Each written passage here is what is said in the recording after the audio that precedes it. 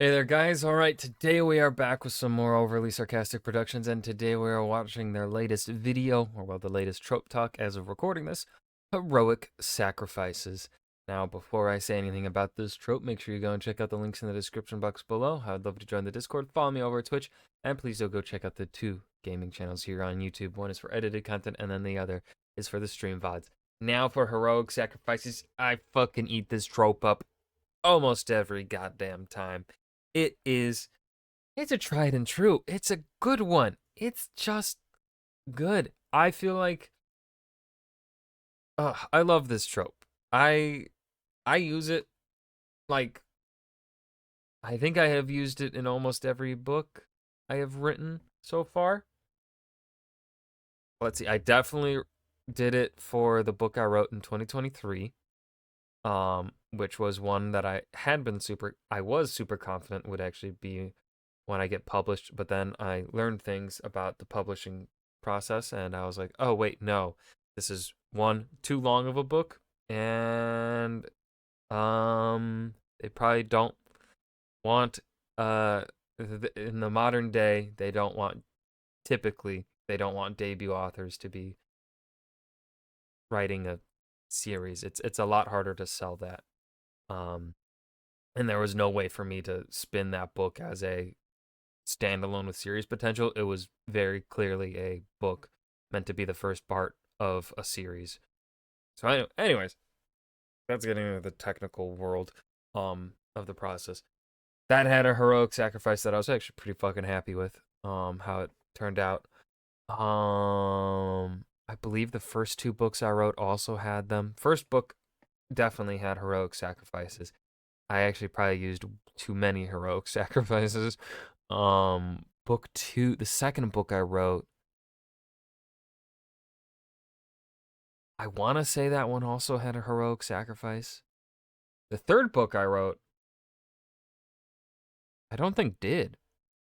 No one, no one, actually, I don't think, yeah, no one really died, I think, in the way that would be, like, some characters died, but none in the heroic sacrifice kind of way, I want to say.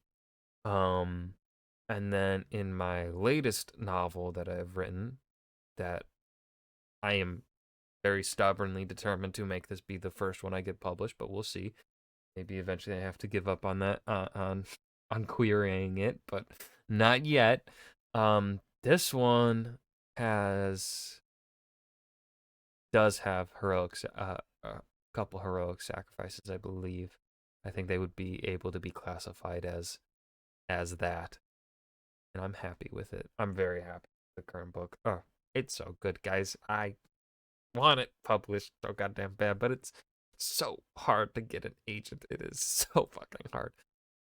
But anyways, let's go ahead and dive into Red's thoughts here on heroic sacrifices. As I've discussed / complained about several times on this channel, heroism is a deceptively flexible concept. It's grounded in the idea of what a good person looks and acts like, and that is completely dependent on local cultural norms and the broad tides of public opinion. The actions that make a hero to one generation might make them look like a monster, tyrant, or bootlicker to the next. However, I will push back and say that generally, empathy towards one's fellow people tends to always be, at least in my opinion, a heroic trait. Um, it's just that those weren't necessarily aspects of stories long ago that were like emphasized as we do today. Like certainly today we place a heavy emphasis on the empathy of our heroes, right? Like if our hero shows empathy to others, and especially if say it is a hero, our hero is someone in a high position in society, like let's do typical medieval fantasy, if they are like a prince and they show empathy to those that would be beneath them immediately, right? We understand what the narrative purpose there is, right? Um, and generally that works as a means of driving us to like that character from an empathetic, caring standpoint. Um, but I also believe that our older heroes were also generally like empathetic to the people, you know, around, like the Odyssey, right? Like when he gets home, like one of the first interactions that he has when he gets home. Now, of course, this happens like towards the end of the Odyssey, so it's not something that establishes empathy for our character at the beginning.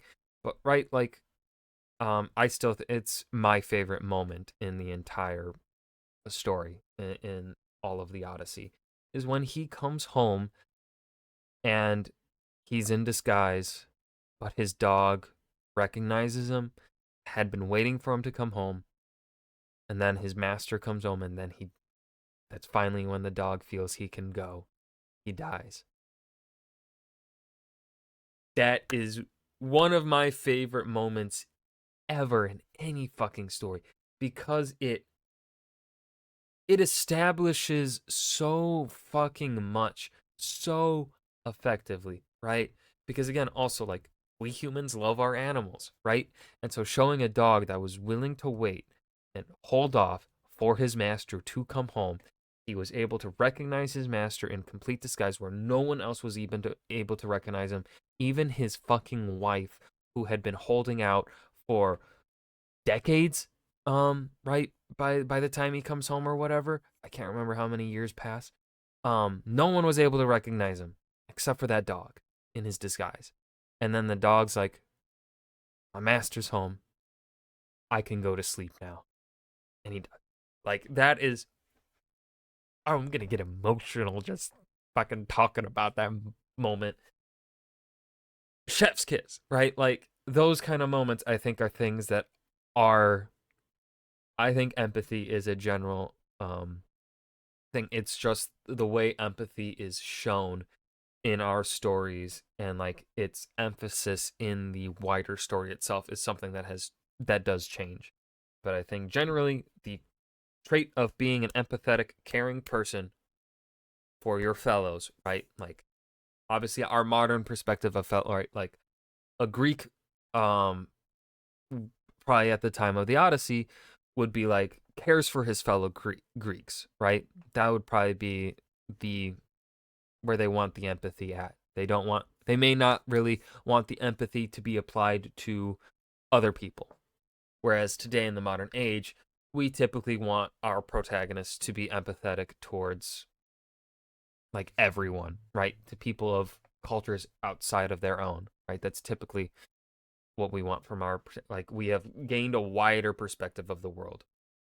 And so we want our protagonists, our heroes, to have empathy to the wider world as well. Anyways, But while heroism is a character I just had to disagree a little bit. I believe that that is, but honestly, that is like the one trait I would say that has remained a consistent that a hero must possess. definition might not have the hardest lines drawn around it, heroic actions are more granular and thus tend to be a little bit easier to pin down. A heroic feat can usually be measured by some combination of these three Oh, traits: wait, is she gonna end up saying what I had just spent several minutes talking about? bravery, mightiness, and selflessness. The bravery axis is a representation of how frightening the scenario is for the hero in question. It's not brave to do something that isn't scary, and while many heroic archetypes don't outwardly acknowledge fear, most of them will still feel a twinge of terror before they plunge into a potentially deadly situation. A hero can still be Honestly, that's one of the things that like stuck out to me. What I remember from the Ranger's Apprentice series as a book. I think it's in the first book. No, it's in the second book. Um, the one of the characters is a knight, and he is about to experience like his first battle or whatever, and also his like first duel or something like that. And the author takes a moment to talk about the character feeling fear, right? This character who has kind of been built to be like sort of a stereotypical knight in shining armor. Um, he feels fear, right? And I think it's a very good like the general writing, the Ranger's Apprentice series. I reread the first three books like a year ago, and I'm kind of like, eh, they're not as good as I remember them from a technical standpoint. But it still has a lot of heart, and that moment there from the books really stood out to me all these years later. I've always looked back on that and remember like that. I remember that reading that the first time.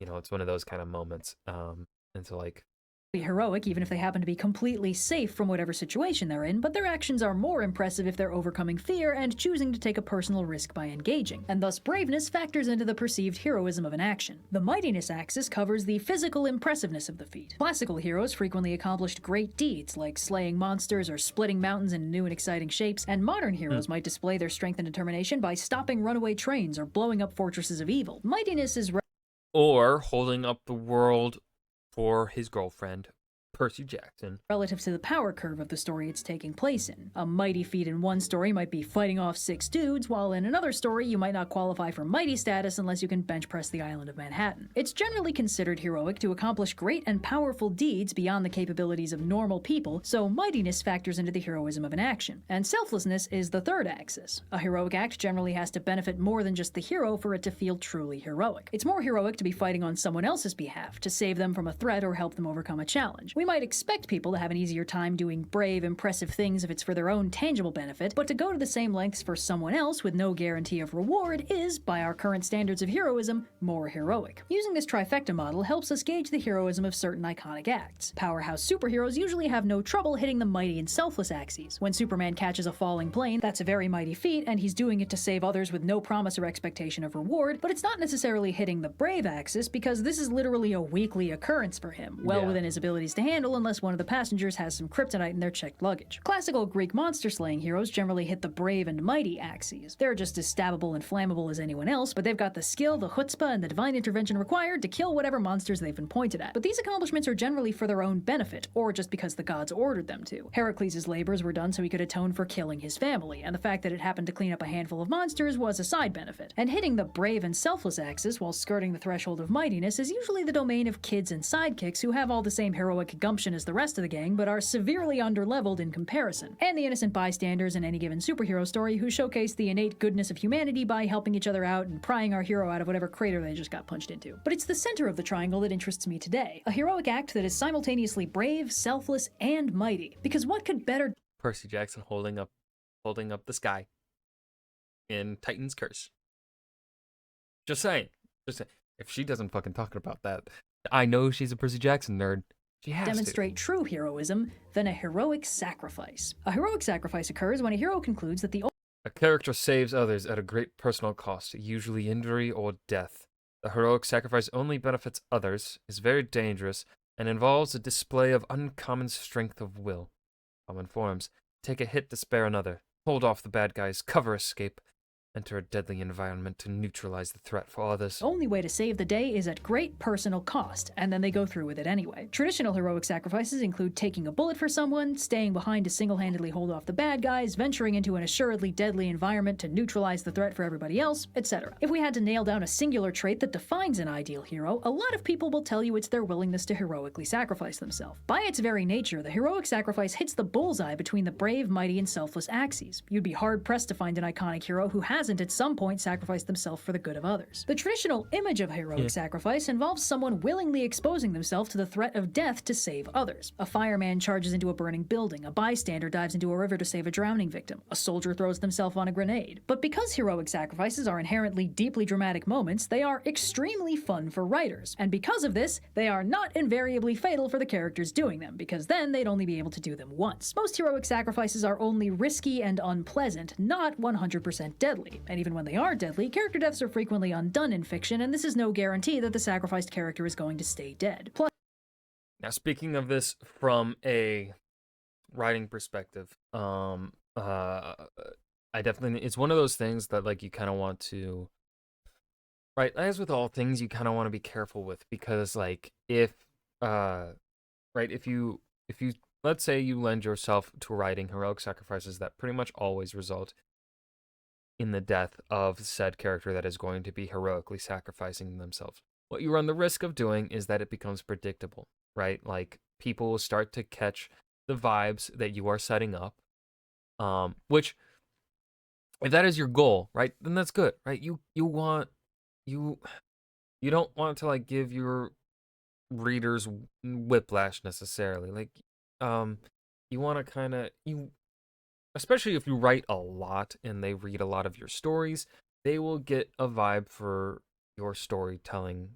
What, like, right? They'll get a vibe for you and how kind of the tropes that you typically use and how you typically resolve them, right? And that's not a bad thing. However, right, what it ends up doing though is it will take out some people and it could get repetitive.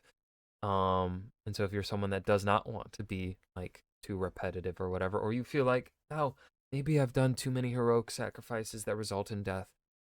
It's getting too samey or whatever. You want to switch it up, right? Like switch it up then, right? It doesn't have to be death.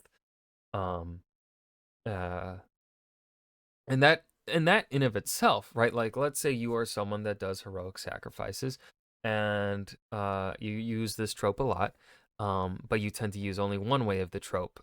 Like 99.9% of the time, you always like whoever is about to do a heroic sacrifice is going to die and they stay dead. Like let's say that is a consistent in your writing, or they do heroic sacrifices but they never die. What you can end up doing that ends up twisting the trope, um, for at least your experienced readers, for those that have read your writing before, um, they read that book and this time you do something different, right? You actually, let's say someone's about to do a heroic sacrifice and you set it up really well. And so, but your audience is thinking that they're going to die. So they have that dread of, oh, he's just going to die. But then they get the kind of, right, and of course this depends on the themes of like if the theme is a more hopeful book, perhaps then like they live. Um they did the heroic sacrifice, but they lived, right? This one wasn't deadly. They're hurt and injured, but they lived. You've twisted a trope. You've done a twist because, well, you have your writing trope has been character always dies when doing sacrifice. And now you've written one where they don't die. Or on the other side of it, you always write that they survive their sacrifice. So then people, and this would be a more depressing take on it, right? But this time, this character does die from the sacrifice, and that one will hit harder, because it will be right. Like people will be going and like, oh, how's he gonna make it out? How's he gonna make it out? They're gonna be reading it, still waiting for him to make it out, and then he doesn't, right? Uh, that would probably be my personal preference, um, of twisting it. If you're someone that uses the trope a lot or whatever, I kind of go, I kind of do the, I kind of go back and forth. I think I have a pretty even split on the heroic sacrifice on whether or not it is death or injury. I go back and forth. I'm pretty evenly split. Anyways, back to video. Plus, sometimes heroic sacrifices can kick off domino chains of heroism, like if when a hero sacrifices themselves, it prompts their fellow heroes to barge in and rescue them from the consequences of that sacrifice, thus reinforcing the overall heroism of the group as well as preserving the broad status quo by nixing a potential character death. By the numbers, the most common sort of heroic sacrifice is probably taking the bullet, when a Yeah, this one character I don't willingly really takes a care hit for that was anymore. meant for someone It's else. been This done is so one of the much, though. fastest and simplest forms of heroic sacrifice with the least amount of required preamble, since the only ingredients required are other character and in danger. And also, storyboarders love doing that thing where there's a wide shot of a character in immediate danger and Yeah. it cuts to a close-up of their reaction as they brace for impact, and then they slowly open their eyes and look up and oh no, someone else got hit for them. These can be thrown into the choreography of almost any fight, but depending on the power levels at play, the actual danger can vary significantly. Wonder Woman putting herself in front of a bullet isn't a sacrifice, it's just common sense. What tips it over the edge into heroic sacrifice territory is if the character that takes the hit is at serious risk because of it. However, because this is a plot twist that usually doesn't get telegraphed in advance, for the purposes of maximum emotion The Agony Kai is perfection. Literal perfection. Nothing else needs to be said. It's just perfect. impact, the character that takes the hit usually doesn't just die immediately, so that way they can have a tearful and emotional conversation with whoever they took the hit for. And then they can either die or just require medical attention, which is dramatic all on its own. Because taking the bullet is a very quick and easy thing to drop into a story, it also sometimes gets used as a shortcut to seal the deal on a villain redemption arc. A character can have done nothing but terrible things for the bulk of a story, but if they're flirting with the idea of heroism and the good guy they've been bonding with is suddenly imperiled, they can demonstrate their potential for good by sacrificing themselves to save them. This is a risky play for the villain in question, because while most heroic sacrifices give better than even odds of survival, convincingly redeeming a villain is hard, and a lot of writers will make things easy for themselves by just killing them off then and there so they go out on a high note and are mostly remembered for making the Again, it's on that's also partially why Zuko works so fucking well, because they don't take the cheap route. They made Zuko work for it. They made him earn it. It was a back and forth, and then at the end, when he has essentially redeemed himself in the eyes of the people, they don't kill him. They have him continue living. The ultimate sacrifice for a good cause rather than all the other stuff they did first. And since a dead character can't improve or undo the damage they did, they're basically off the hook. It's kind of a party foul to be like, but what about all the other terrible stuff they did when they literally died to save a protagonist? That was like last week, guys. Learn to move on. But there are more complicated ways to do a heroic sacrifice. Sometimes taking the bullet is more of a litigated process. Like if a character is suffering some sort of long-term curse or doom, another character might have the chance to take that doom onto themselves. I did that trope in D&D. I think I've told the story before. One of the party members had essentially sold their soul, and then they died, and so they could not be resurrected. And so my character, and also at the same time that I was doing this, I was also kind of wanting to switch characters and play someone new. And so me and my DM were trying to figure out a way to get my character away from the party, like permanently. And there wasn't really a way that it could be done that did not result in my character needing to die. But also, my character, in order for him to die, the party would have just revivified him, right? So my DM had to figure out a way of, like, how the fuck do I get this character to die then, so that he's can be away from the party? It makes sense, it's satisfying, and also, they can't revive him immediately, right? And so what ended up happening was our character, the party member who was cursed, who had sold their soul, is the one that gets killed in an intense fight. And the only way to save him was a soul for a soul. And so I had my character make that sacrifice. And it was such a good moment. It was such a good moment because also, like, you know, it brought up so many differing emotions at the table. It was a really good moment. I'm proud of that one. Themselves and leave the original bearer safe. It's more slow and dramatic than diving in front of a bullet, but it calculates out mostly the same. Characters can also heroically sacrifice things other than their lives. Possibly to save someone from danger, a character might have to sacrifice a limb, or a superpower, or their soul, or something similar that leads to a long-term debilitating effect. On the faster-paced side of things, sometimes characters will heroically sacrifice themselves as part of a plot relay race. It's vitally important that one character makes it from point A to point B, and if other characters think that's not going to happen, they might have to sacrifice themselves to take out an obstacle in the way. This usually takes the form of going out in a blaze of glory, fighting off an improbably difficult mini-boss or army of minions. I love that scene, though. I'm a sucker for hallway fight scenes. They're so good because you make them compact. It's just good. Sometimes while also guarding a door so the bad guys can't follow team most important. This is more frequently deadly than taking the bullet, probably because it's slower paced. For the same narrative pacing reasons that a character who takes the bullet won't just immediately die from it, because then the scene would just be grief and shock instead of the longer, more complex feelings of dread and tearful emotional resolution, a character whose sacrifice is slow and deliberate, possibly with desperate friends and allies locked behind the door they themselves sealed, has the opportunity to really milk the situation for tremendous levels of angst and torment, whether or not they die in the process. Their temporary survival after the fact isn't necessary for this and Rogue One.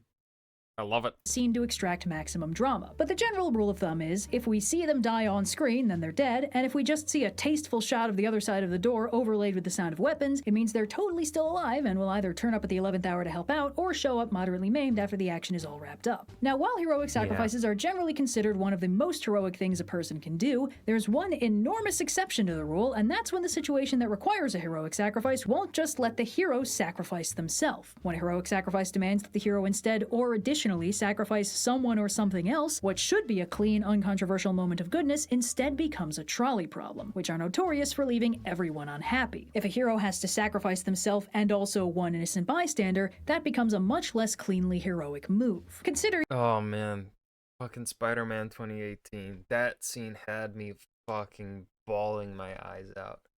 I still haven't played Spider-Man 2 because I just don't think it's gonna. One of the problems with superheroes for me is that they do get super repetitive in how they tell their stories. Especially Spider-Man. Like, I love Spider-Man is probably my second favorite. Number one is Superman. And again, right, like Superman and Spider-Man are very repetitive superheroes. That's kind of their purpose in a way. But yeah, for me, they work best as like one-offs, one-off interpretations, not like series in a way. Especially like Spider-Man, like 2018. the now archetypical question, should Batman just kill the Joker and be done with it? This is a textbook trolley problem. Kill one person or let him go on to potentially kill hundreds. Batman follows a strict moral code and refuses to elect himself judge, jury, and executioner, so his angle is that he doesn't have the right to kill the Joker, and also, frankly, that shouldn't be his job, and it's not his fault that Arkham Asylum and Gotham's actual legal officials aren't doing their jobs. Like, why are we acting like the one dude in Gotham with a no-kill policy has to do the killing? But if we look at this through the lens of heroic sacrifice, the thing Batman would be sacrificing in this scenario isn't the Joker's life, it's his own moral integrity. By doing this thing, he becomes the kind of person willing to do this thing, and as the character defined by willpower and ironclad integrity, that's not a sacrifice he's willing to make. So he ends up looking somewhat unheroic no matter what choice he makes, because he's prioritizing the continued existence of the Batman over stopping the Joker permanently. This is what those in the writing biz call extremely good drama that they're doing on purpose. But a similar scenario plays out with, of all heroes, Superman, in the broadly non-canonical story Whatever Happened to the Man of Tomorrow. In this What If, Mr. Mxyzptlk goes from mischievous imp to reality-warping nightmare, and after killing several major characters in excitingly horrifying ways, Superman kills him, not by punching him real hard or anything, but by tricking him into trying to escape to his home dimension. At the same time, Superman hits him with the Phantom Zone projector, causing him to rip himself apart across dimensions. Superman is very clear that he knew this would happen, and he chose to do it, because it was the only way to stop Mxyzptlk from wreaking untold havoc. But by doing this, Superman has sacrificed his own moral character by willingly and intentionally taking a life. He says that nobody has the right to kill, especially not Superman, and by crossing that line, he doesn't have the right to be Superman anymore, so he removes his powers permanently with gold kryptonite. There's a few more steps than in a usual heroic sacrifice, but it calculates out the same. He sacrifices himself to stop a world-destroying threat. But because there are extra steps, this feels less good. The first time I read this, it really bothered me that Superman chose to give up his powers after the whole thing was sorted out. It felt performative, even selfish. He didn't have to give up his powers to save the world, he just decided he didn't deserve them after he'd saved the day. He willingly deprived the world of Superman's abilities and all the good they could do because he felt he no longer deserved to have them, which is a whole trolley problem of its own. But the conclusion I came to eventually is that this story works because the core of Superman's character is that he will always do what he thinks is right. Nobody else is powerful. Yeah, I was gonna say, like, it's a story that I've never read. I don't read comics, but I'm sitting here and she was explaining, I'm like, that fits so well for Superman. Like, Superman would do that. He would save the day, but if he then saved the day doing something that he believes he should not do, he would then give up his powers.